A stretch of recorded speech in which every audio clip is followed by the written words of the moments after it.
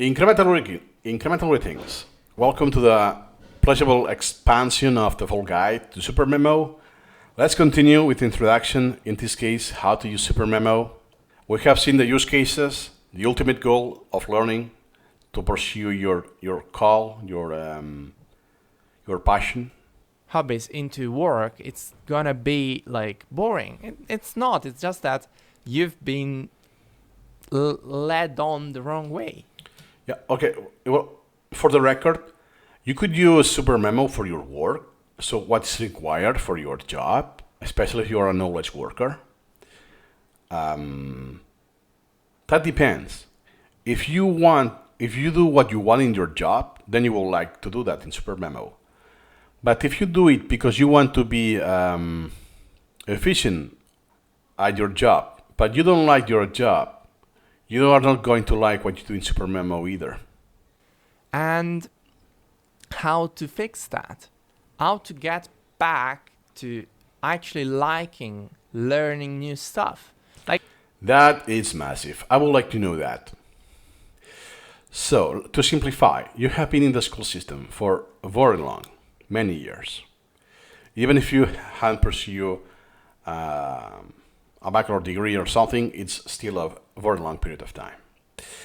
Then, you have been following curriculum. You have been told you have to do this now, this other thing later. No, don't do this. It's not useful to know that. Do this instead.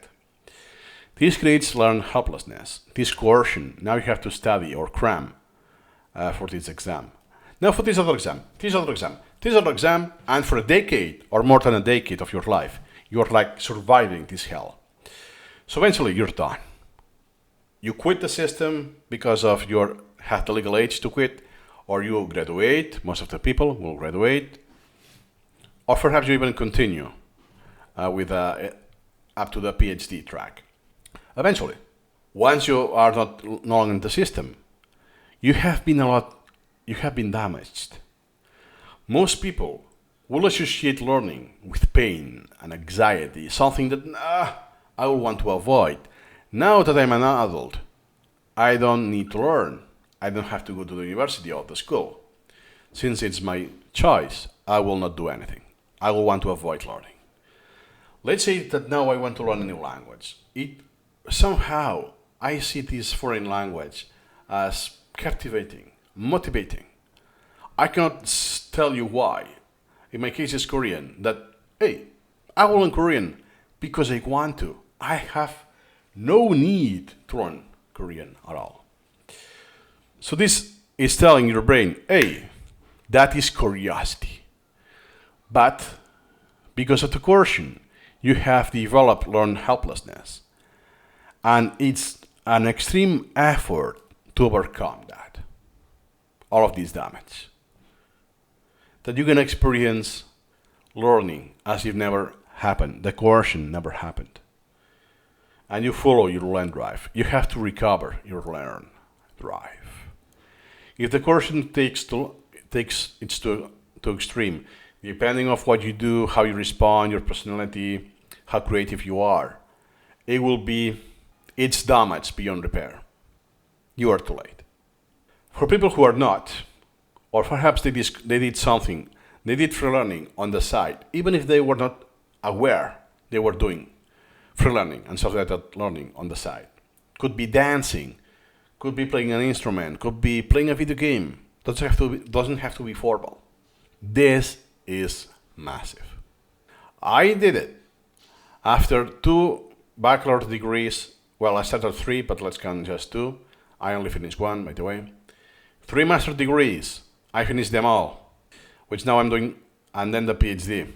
I spent in the school system until I was 29. So the year that I turned 30 is when I was just failing at my PhD. Let's call it like that.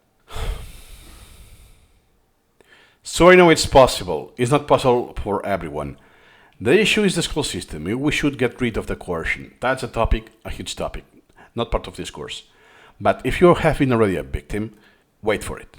Wait. It's not over yet. You can fight it. You can restore your land drive organically. But it's not something that will happen overnight. overnight you could make the click that, now I do understand there's another reality, another paradigm of self-directed learning. Yes. But being able to get rid of all of the damage, it won't happen overnight. That means that you can learn how to use Supermemo, understand cognitively, at the cognitive level, understand the premise, the principles, the philosophy behind Supermemo, yes, in a cognitive level, but you will not get it in a, I don't know how to call it, in a mindset level, in a paradigm level, because you are in the wrong paradigm. There's nothing you can do in that paradigm. You need to shift the paradigm in order to fully understand incremental reading. The best thing that could happen is that because of Supermemo, you get exposed to self-directed learning, to free learning, you experience it, you can restore your learn drive, and even if you move on, you never use Supermemo again, because the tool creates too much friction, you have freed yourself. Consider this one of the best things that could happen in your life, period. You have been in the system, was not your choice, most of the time it's not your choice. You have been a victim, you can undo this. I was in my 30s. I was 32 when I did that. It was late, but well, I still have years to live, right? Better in my 30s than never. So, if you're even younger than me, or me when I transitioned, when I discovered Supermemo, do not worry, oh, I'm too old to start this. No, you're not. And even if you're older than me, you're in your 40s or in 50s, there's still always a chance. Better late than never.